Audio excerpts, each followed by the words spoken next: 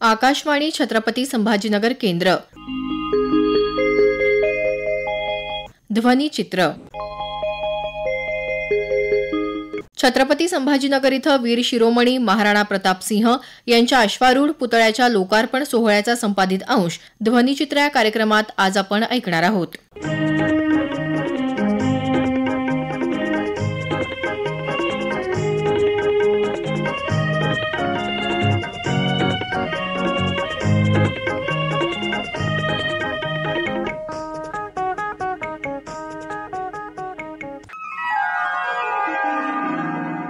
महानगरपालिकेच्या वतीनं कॅनॉट उद्यानात वीर शिरोमणी महाराणा प्रताप सिंह यांचा अश्वारूढ पुतळा उभारण्यात आला आहे.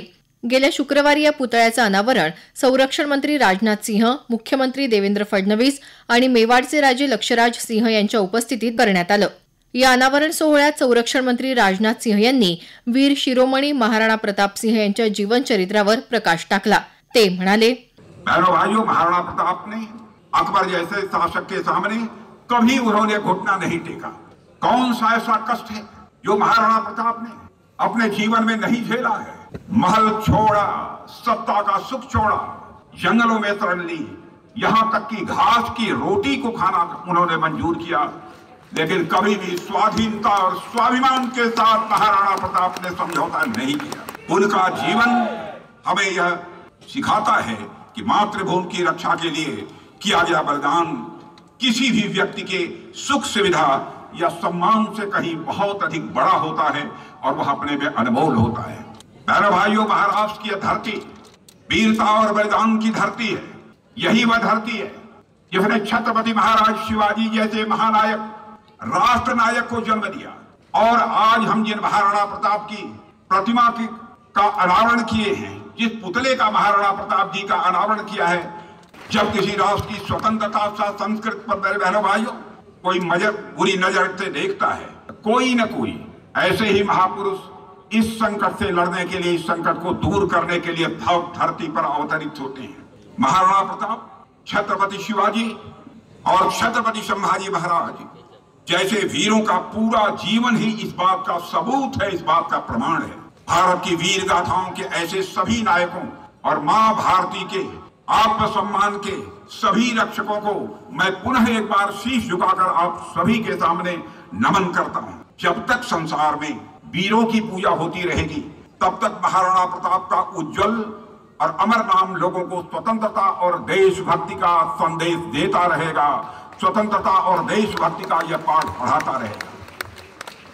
अपने असाधारण बलिदान, वीरता और चरित्र की दृढ़ता के कारण महाराणा प्रताप भारतीय शौर्य परंपरा के मैं मानता हूं कि प्रतीक भी हैं और साथ ही संरक्षक भी हैं.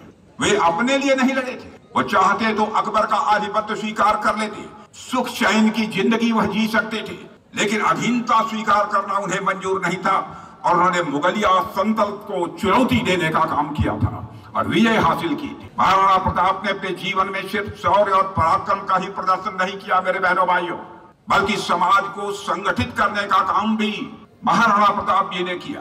जैसे भगवान श्री राम ने युद्ध के लिए बांदरों की सेना का सहयोग लिया था, भगवान कृष्ण ने ग्वालों को संगठित किया था और एक महान साम्राज्य की स्थापना की, उसी तरह छत्रपति शिवाजी महाराज ने भी मावलों की शक्ति को पहचाना था. वीर शिरोमणि महाराणा प्रताप के साथ कंधे से कंधा मिलाकर संघर्ष करने वालों में जहां भामा शाह जैसे धनाढ्य लोग हुआ करते थे, वहीं आदिवासी गिरिवासियों ने भी कोई कसर नहीं छोड़ी. वो कंधे से कंधा मिलाकर महाराणा प्रताप के साथ खड़े रहे. साथियों, वीर योद्धा राणा पुंजा भील के अमर बलिदान की कहानी देश के मैं मानता हूं कि हर व्यक्ति को यह जाननी चाहिए. वीर बालक दूधा भील की कहानी सभी को पढ़नी चाहिए. और वो बालक दूधा भील महाराणा प्रताप के लिए जंगल में खाना लेकर जा रहे थे तो उनके हाथ को काट दिया गया, लेकिन खून से लथपथ उस बालक ने तब तक मृत्यु से संघर्ष किया जब तक उसने खाना महाराणा प्रताप तक नहीं पहुंचा दिया. तब तक वह संघर्ष करता रहा. जब महाराणा प्रताप को स्वतंत्रता के लिए संघर्ष करते समय जंगलों की खाक छाननी पड़ी तो उनका सबसे अधिक साथ यदि किसी ने दिया था तो आदिवासी भाइयों ने दिया था, आदिवासी समाज ने दिया था. उन्होंने महाराणा प्रताप के साथ या तो लड़ेंगे या तो मरेंगे, इस संकल्प के साथ उन्होंने संघर्ष किया था। उनका साथ देने वालों में आदिवासी परिवारों के वंशज आज राजस्थान, गुजरात, महाराष्ट्र और यहाँ तक कि कर्नाटक और अन्य भी राज्यों में पाए जाते हैं। मेरे बहनों भाइयों, महाराणा प्रताप की सेना में राजपूतों के अलावा आदिवासी समाज, कृषक समाज और यहाँ तक कि मुस्लिम समाज के लोग भी शामिल थे। कौन भूल सकता है हकीम खान सूर की बहादुरी को, जिन्होंने 1576 में हल्दी घाटी की लड़ाई में वीर गति को प्राप्त किया था। ऐतिहासिक पुरुषों के योगदान का मूल्यांकन करने का काम मैं मानता हूं कि यह इतिहासकारों का है। जो उन्होंने महाराणा प्रताप के मामले में जैसा करना चाहिए था, मैं समझता हूं कि वैसा नहीं हो पाया है। मुख्यमंत्री देवेंद्र फडणवीस यांनी महाराणा प्रताप सिंह यांच्या कार्यकर्तृत्वाचा गौरवपूर्ण उल्लेख करत हा पुतळा भावी पिढ्यांसाठी प्रेरणास्थान असल्याचं मत व्यक्त केलं। ते म्हणाले, खरं म्हणजे आज आपल्याला अतिशय आनंद आहे की वीर शिरोमणी महाराणा प्रतापजी यांचा अश्वारूढ पुतळा हा छत्रपती संभाजीनगरमध्ये महानगरपालिकेच्या माध्यमातून उभारण्यात आला आणि रक्षा मंत्रीजींनी त्याचं अनावरण केलेलं आहे। हे छत्रपती संभाजीनगर आहे, एकीकडे छत्रपती शिवाजी महाराज आहेत आणि दुसरीकडे वीर शिरोमणी महाराणा प्रताप आहेत।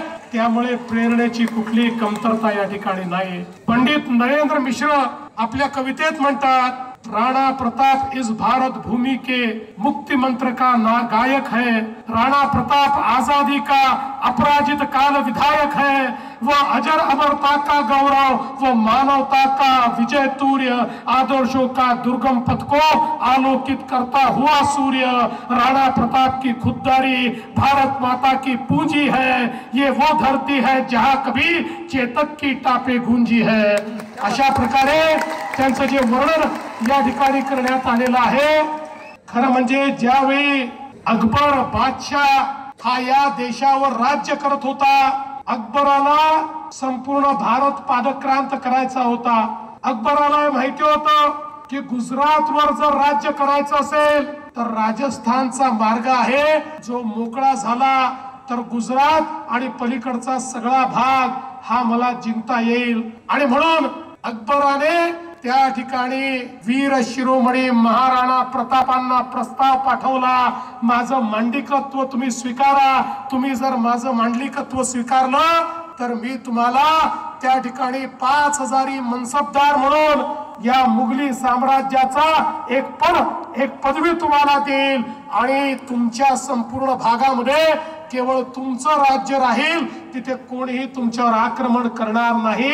अशा प्रकारचा प्रस्ताव हा त्या ठिकाणी पाठवला। पण हे राष्ट्रभक्त होते, हे देशभक्त होते, हे महाराणा प्रताप होते। त्यांनी त्याला सांगितलं, अरे मेलो तरी बेहतर, पण तुझं मांडलिकत्व मी स्वीकारणार नाही। आणि शेवटपर्यंत महाराणा प्रताप लढत राहिले। या देशामध्ये एकीकडे महाराणा प्रताप आहेत, दुसरीकडे छत्रपती शिवाजी महाराज, छत्रपती संभाजी महाराज आहेत, तिकडे गुरु तेग बहादूर आहेत की ज्यांनी आपल्या जीवनाचं बलिदान दिलं पण मोगलांचं मांडलिकत्व स्वीकारलं नाही।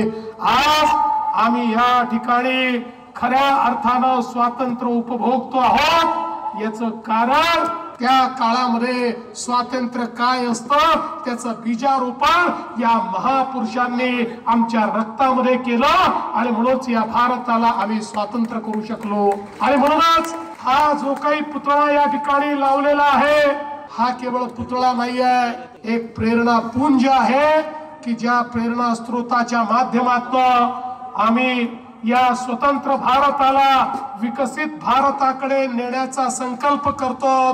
देशाचे प्रधानमंत्री माननीय नरेंद्र मोदीजी यांच्या नेतृत्वात एक पुन्हा सांस्कृतिक पुनरुत्थान चाललेलं आहे, ज्याच्यामध्ये देशाची मानकं, देशाचे राष्ट्रपुरुष आणि देशाच्या सांस्कृतिक धरोहरांना पुनरुज्जीवित करण्याचं काम चाललेलं आहे। अशा या पर्वामध्ये या छत्रपती संभाजीनगरमध्ये पुन्हा एकदा आम्हाला प्रेरणा देण्याकरता महाराणा प्रताप सिंहजी विराजमान झाले।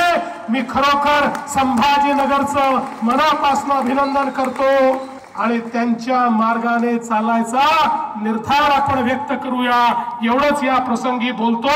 पुन्हा एकदा महानगरपालिकेचं मनापासून अभिनंदन करतो आणि आपल्या संभाजीनगरच्या वतीनं माननीय राजनाथ सिंगजींचं मनापासून स्वागत करून माझे 2 शब्द संपवतो। धन्यवाद।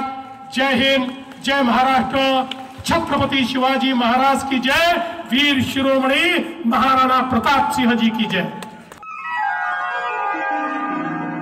वीर शिरोमणी महाराणा प्रताप सिंह यांचे वंशज लक्षराज सिंह यांच्या भाषणाला तरुणाईचा जल्लोषपूर्ण प्रतिसाद मिळाला। विविध कवितांच्या ओळी ऐकवत त्यांनी महाराणा प्रताप सिंह यांच्या शौर्य गाथेचं स्मरण केलं। पंडित श्री नरेंद्र मिश्र की 2 पंक्तियां हैं, उस बात से मैं अपनी बात को शुरू करना चाहता हूं कि सूर्यवंशी न्यास का ये रश्मि रथ चलता रहेगा, पीढ़ियों के रक्त में इसका सुयश चलता रहेगा। रीति रघुकुल की जो शिव से विरासत में मिली हो, आंधियों में वहां दिया जलता रहा, चलता रहेगा। तब मैं इस बात को कहता हूं कि आंधी तूफानों में मेवाड़ ने रुकना नहीं सीखा, लाखों नंगी तलवारों के सामने झुकना नहीं सीखा, शीश कटने के बाद भी धड़ यहां लड़ा करते हैं, मेवाड़ ने कभी बिकना नहीं सीखा। और अगर ये गुणों के बारे में अगर बात की जाए तो हमारे छत्रपति शिवाजी के लिए भी ये पूरी तरीके से जो है ये गुण लागू होते हैं। आज देखिए हम पूरी तरीके से वीरता से जो है वो समाये हुए हैं और इससे ज्यादा बड़ा सम्मान और क्या हो सकता है। देखिए आलोचना करने वालों के कभी भी स्मारक नहीं बने, उन्हें कभी भी याद नहीं किया गया है। याद उन लोगों को किया गया है जो कुछ कर गुजर गए हों, जिन्होंने कोई काम किया है। और आज वर्तमान के 21वीं सदी के परिप्रेक्ष्य में जो लोग काम कर रहे हैं वो स्वयं यहाँ पर अपनी उपस्थिति को दर्ज करवाकर इस सम्मान को हम सब लोगों के बीच में जो बांट रहे हैं, इसको किसी भी प्रकार से हम लोग जो है शब्दों में बयान नहीं कर सकते। आज पिछले 10 वर्षों से देखिए, जब हम लोग आलोचना करने के लिए पीछे नहीं रहते, कड़वी बात कहने के लिए पीछे नहीं रहते, तो अच्छी बात करने के लिए भी हम लोगों को पीछे नहीं रहना चाहिए। आज मैं इस मंच के माध्यम से एक युवा होने के नाते यहाँ पर कुछ बातें जो है वो मैं जरूर कहना चाहता हूँ, क्योंकि वो अच्छी बात है और वो छाती ठोक के हम लोगों को कहनी चाहिए, क्योंकि जब कुछ अच्छा होता है तो कहना चाहिए। आज मैं उस भारत के अंदर जीता हूँ जहाँ सबकी आंख में आंख डालकर जो है वो बात की जाती है, छाती ठोक कर जो है वो बात की जाती है और स्वाभिमान से खड़े होकर जो है वो बात की जाती है। इसमें कोई शक की बात नहीं कि 19वीं शताब्दी अमेरिका की थी, 20वीं शताब्दी ब्रिटेन की है, 21वीं शताब्दी अगर किसी की होगी तो वो हिंदुस्तान की होगी, इस भारत देश की होगी। और उसका रास्ता और कहीं से ही नहीं, हमारे शिक्षा से होकर गुजरता है। लोग पूछते हैं कि प्रतिमा लगाने का कारण क्या है। आज हम लोगों को जहां जहां पर ये देखिए युवा सामने बैठे, धन्य है वो माता पिता जो अपने बच्चों को जो है यहाँ पर साथ में लेकर आए। उनको नमन करता हूं मैं कि आप इस 21वीं सदी की शिक्षा जो है आज अपने आने वाली भावी पीढ़ी को दे रहे हैं। भारत देश आने वाले समय का और वर्तमान में सबसे कम उम्र का देश है जो उभर कर आ रहा है। और अगर आज हम लोगों को दिशा और दशा की अगर जरूरत है तो वो और कहीं से ही नहीं मिलेगी, वो हमारे को हमारी शिक्षा से मिलेगी और वो हमको समझने की जरूरत है। तब मैं इस बात को कहता हूं कि सादगी थी, बंदगी थी, सरलता थी। जब फेसबुक और व्हाट्सएप न थे तब जिंदगी थी। आज आप लोग उस जिंदगी को पुनः जीवित कर रहे हैं, यहाँ पर इनको शिक्षित कर रहे हैं। मैं मानता हूं कि मैंने मेरे समय से ज्यादा वक्त लिया है, मैं क्षमा प्रार्थी हूं, पर मैं पुनः आप सब लोगों का जो है बहुत बहुत साधुवाद करना चाहता हूं कि मेवाड़ को जो आज आपने सम्मान दिया, मुझे यहाँ पर आमंत्रित किया, एक बेटे की तरह जो है वो आपने महसूस करवाया।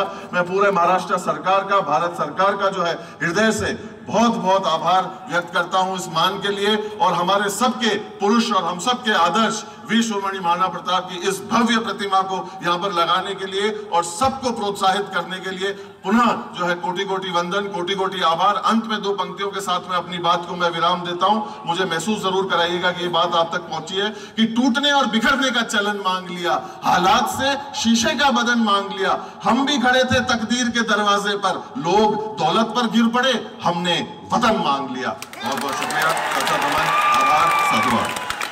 ध्वनिचित्राचा हा कार्यक्रम आकाशवाणी छत्रपती संभाजीनगर केंद्राच्या प्रादेशिक वृत्त विभागाने सादर केला। सादरकर्ते समरजित ठाकूर, निर्मिती सहाय्य धनंजय ब्रह्मपुरकर।